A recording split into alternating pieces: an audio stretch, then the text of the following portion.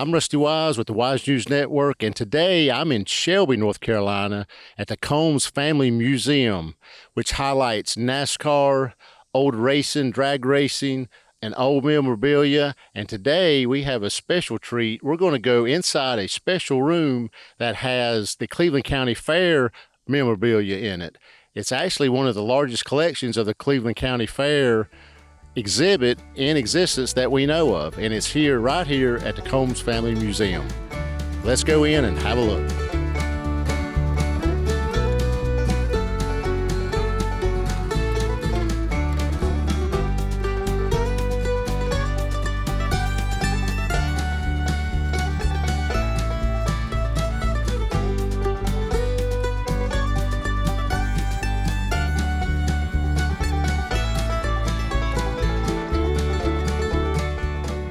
We're inside the museum at the home place, and we have Phil Combs here. He's going to tell us about the new exhibit he has dealing with the Cleveland County Fair. Yeah, Rusty, I've always been a big fair person. I guess this all kind of started, some of my very first memories when I was a kid was going to the fair. And I was fascinated with the lights, the fireworks, the noise, just everything, the smell of the fair. And I've always kind of wondered where I got that from, and come to find out that my grandfather bought some stock in the fair back in years ago that actually got passed down to my mother and then down to my brother and myself. And so my grandfather is kind of what sparked the interest of all this stuff, because I can remember this one instance happened. And I rode in the truck with my grandfather, and the fair train, which was the James A. Strait shows, I got a poster right here of it, 50-car train rolls into Shelby, and my grandfather knew exactly when it was coming into town. Now, I don't know who told him this, but we would go park at the railroad track and we'd watch the train come by. Well, then he knew he could speed around to another place and watch it again. And then we'd go uptown and watch them unload it. And I can only remember that happening one time with my grandfather, but that was fascinating. They unloaded the elephants and marched the elephants out Marion Street to the fairground, but it was a huge deal. Back in those days, the biggest thing that came to this county every year. I mean, everybody lived for that few days of going to the fair. It wasn't that long. See, if you look at that poster right there, it's October the 2nd through the 6th. Now it lasts for 10 days, but back then you had to, you didn't have just a few days to go, and then it was on to the next city. But it's fascinating, the stuff. And I've got what I think is one of the best collections of memorabilia as far as books and programs and information about the fair. But it's amazing who's been here as far as singers, politicians, movie stars, all through the years. There's a really cool book that was. A good friend of mine wrote this book, and he's actually here today, Rusty Patterson, about the Cleveland County Fair. And if you've never read this book, it's fascinating. I mean, it tells you all the history about it. Rusty did such a tremendous job on this thing, and it's got all kind of great pictures of just different acts. I mentioned Porter Wagoner and Dolly Parton right there. First thing. I see that. Yeah, and it's full of stuff like this. But it's a great event. It's just like. Still to this day, I think it's one of the best things that comes to Shelby every year. It's a time that you see people that you went to school with that you forgot about. You run into old friends, and it's just a cool place to go to kind of get your mind off your problems and have a good time. Yeah, and the food's always good. Oh, the smells. I love it. They have hamburgers, hot dogs, deep fried, anything you want. Exactly. A very, very nice atmosphere. Yeah. And the rides. The Polish sausage, the roasted corn, that's two of my favorites. I go to the fair nearly every day at least to eat, and I usually eat roasted corn when I go. And ribs, you name it, all that fair food's good stuff. And whenever, besides going to the fair, do you put vinegar on your French fries? Never. I don't. I mean, somebody might do it, but you don't go to McDonald's or Hardee's or Burger King or wherever and put vinegar on your fries. Well, last year we were at the fair, and there's always a long line. Oh yeah, always. And they were backed up, and some people just come to the fair to eat the fries. Exactly. Yeah, that's for sure. And the food. Yeah. But along with the fair, the speedway is another one of the things that I did this about, because the races that they had there, NASCAR had some races back in the day, and it's amazing. If Rusty, can you answer this? How many Hall of Fame drivers have raced at the Cleveland County Fair? 16 Hall of Fame members have raced at the Cleveland County Fairgrounds. That's incredible. Yeah, it was one of the predominant NASCAR speedways back in the day, and back when it was dirt. Ned Jarrett won. And still dirt. Yes, yeah. Ned Jarrett won the last race there, I believe, right? And 1965, and it's just got a lot of history. I mentioned to you off camera when you got here about I was always interested in the hell drivers when I was a kid. That was fascinating to me to see them jump ramp to ramp and turn the cars over and all. And I've got this book about not just about Joey Chitwood, but I've got some great Joey Chitwood posters. Jack Kochman was another one of the famous hell drivers. And I've got programs and pictures of both Jack Kochman and Joey Chitwood. But there was more than that. If you look at this one right here, the Hollywood Stunt Show, this was a guy that just passed away this year. Actually, his name is Tony, Tonny. That's kind of a different name, Tony Peterson. And he was actually at one time with both these guys, and then he started his own organization called the Toyota Hollywood Stunt Show.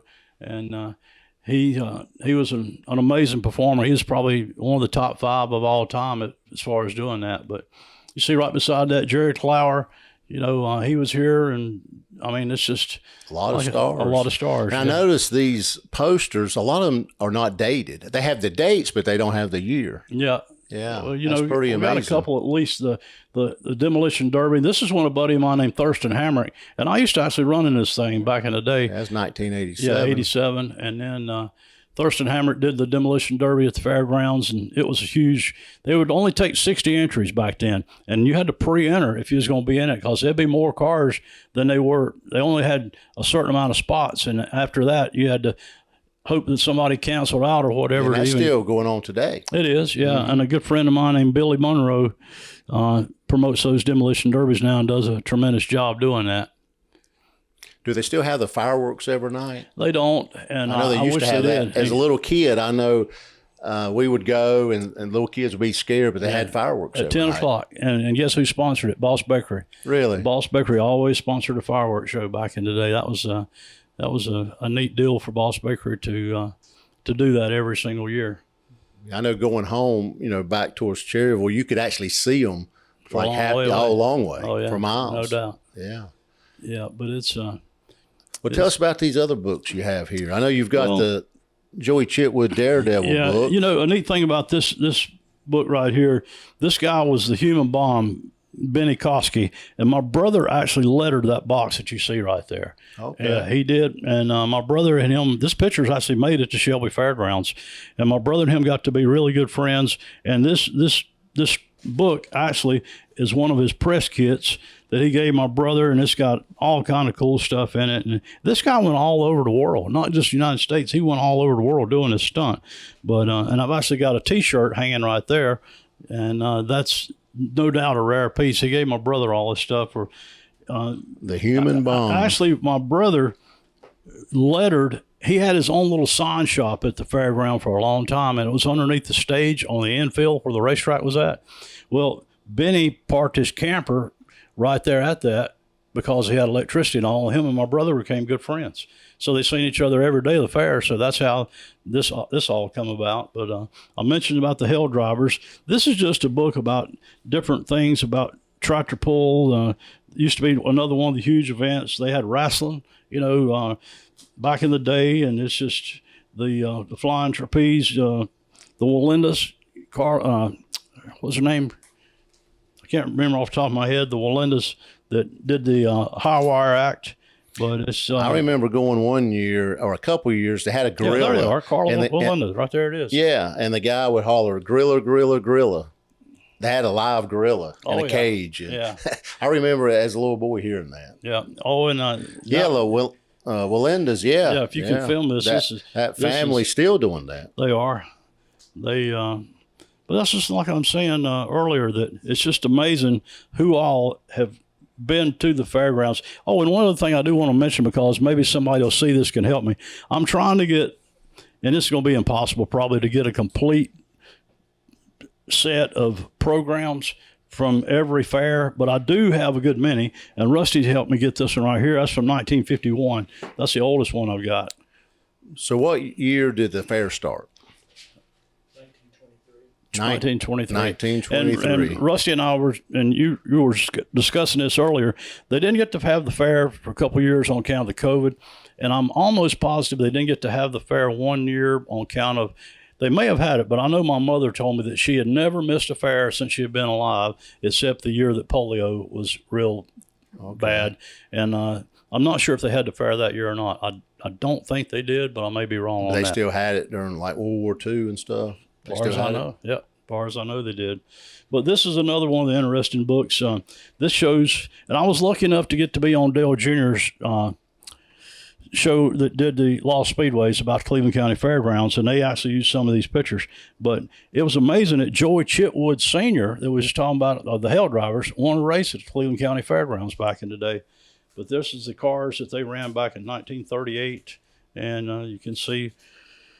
I was actually at a race. I announced races at Tri-County, and this is Lucky Teeter, who was probably the most famous hell driver ever that got killed doing a stunt. And this is Doc Dorton that started the Cleveland County Fair. And if you know anything about Raleigh, the Dorton Arena is actually named after him. Okay. Sure is. But Doc Dorton, he's the one that. But I was talking to a gentleman this weekend about there was one famous racer named Charlie Miller, and Charlie was actually this is the Racing Monkeys. You remember that? You're not probably. No, I don't remember. Yeah. Racing Monkeys. Yeah, the monkeys drove these little cars on a sideshow. I'd like to sing that. Yeah. But there's a famous racer named Charlie Miller that lost his life out at the fairgrounds. He was one of the stars. He raced at Indianapolis and all, but that's the kind of cars he raced. And this is an interesting picture. That's my dad flagging right here. And this is Joe Weatherly and Curtis Turner starting on the front row. Okay, wow. And this is more stuff about the hell drivers, but it's just a neat thing. You know, this is a pass that my dad so happened to be good friends with all the people at the fair because he did a lot of signs for them. And this is one of the passes that you see that poster right here, Degler's Magic Midway. Well, this is a pass that this was like gold when I was a kid. You could take this pass and go to any ride and ride all you wanted. It didn't cost you a penny. And my dad was lucky enough to get one of these about every year. And there's another one of the Degler's passes. Degler's? How do you pronounce that? Degler's Magic Midway. Mm-hmm. Yeah. And they're actually still in business. And just a couple more. NASCAR. Yep. Now look how that's NASCAR. Mm-hmm. What year is that? Does it say? I'm not exactly sure. That's one thing about history. In the moment, you don't put dates in years. That's true. Because you don't really think it's going to be history till. But some of this stuff it's in the 40s. It says this was in the 1940s. Okay. But what you mentioned earlier about my it's my 5-year anniversary of my museum, and it's coming up on Sunday, September the 24th from 11:30 to 5. All the stuff's going to be open to the public to come in and look at. You know, so anybody that wants to come and check it out, you know, you might see something that. And right here's a book about Joey Chitwood that's. You know, very, very, very good book about him, and just a lot of cool stuff that I think if you're into going to the fair at all and you come in here, it'll fascinate you just to look through the books and the programs. And so, do you think this is probably the most historical items in one location as far as Cleveland County that we know of? Well, this is the master of the fair right here. He knows more about it than anybody. Yeah. So, but I mean, I'm constantly still looking for stuff. I mean, that's why I say, as far as the programs or posters, anytime I see something. Well, it looks like you've probably got 3/4 of them right there. Well, I've got a pretty good bit of them, but it's still some odd stuff that I am missing, you know. But yeah, anything that I see, you know, I go to a lot of antique stores, and if I see something I don't have. And I've also got people that are out looking for me, trying to help me find stuff I don't have. But it's a challenge to find this stuff, you know. That's so funny. You was telling me that you was at a place yesterday and made a picture of that exact poster right there. You know, and sure did. And it's, you know, I have a lot of that happen, that somebody will see something, but it's we were up in Rutherford College at JD Smokehouse eating, and that Cleveland County Fair poster was up there. I stop there. I go right by that place every week going to Tri-County, and I either eat at JD's or the Hog Wild. So up the road there. Yeah. But JD's has great food. It was just funny. We saw that up there, which I guess this whole area, this was a big event. You know, people didn't back then. Of course, now everybody has TVs and social media, and there's a lot to do. But this was the main event for this whole part of the state, I'm sure. I think you're exactly right, because the guy that actually, now Rusty can probably tell you the fellow's name, that he was in charge of putting those posters up, and he put them up in Far City and Kings Mountain and all around, and did a lot of it up going towards Hickory, because I've had people tell me, a lot of my racing friends that live in Hickory drive all the way down here to go to the fair, and they have a fair in Hickory. But they said the Shelby Fair was always better than the Hickory Fair. Well, I heard over the years that it was one of the best run, largest fairs in the state. Yeah. At one time, it was the biggest county fair. Am I right? In the state of North Carolina. Yeah, the largest county fair. Mm-hmm. Yeah. Well, it's a nice exhibit. I mean, the whole room looks great. It really does. Well, I just appreciate you folks taking time out of your busy schedule. You know, the fair's coming up here at the end of this month. And like I said, if you want to get, it's actually my open house anniversary is the week before the fair starts. Yeah, the fair is September 28th through the October 8th. Yeah, and mine's 24th. So if you want to come here, it might get you primed up to go to the fair. Yeah, and if you've never been to the Phil Combs Museum or Combs Family Museum, this is just a small fraction of what he has here. There's thousands and thousands of items, from racing to just history, old bicycles. I mean, a little bit of everything. And the thing is, not only this that you haven't seen yet, if you go on the other side of that door, which I don't have that finished yet, I'll have it finished by the 24th. That's my all-new Richard Petty room. And I took all my Richard Petty stuff out of the museum. I've got more Richard Petty stuff than any other one single thing, and I made a Richard Petty room out of that. And so I can't wait if you're a Richard Petty fan, I think you'll be fascinated with what I've been able to come up with. Kind of like the fair stuff here, except all about King Richard. And then I've also, this year, something I didn't have before, I've fixed my grandfather's old plumbing shop. My grandfather was a plumber that built this house. This house is 101 years old, and my grandfather and grandmother built it, like I said, in 1922, and his original plumbing shop is now the Hickory Speedway room. It was a Harry Gant room, now it's Hickory Speedway room.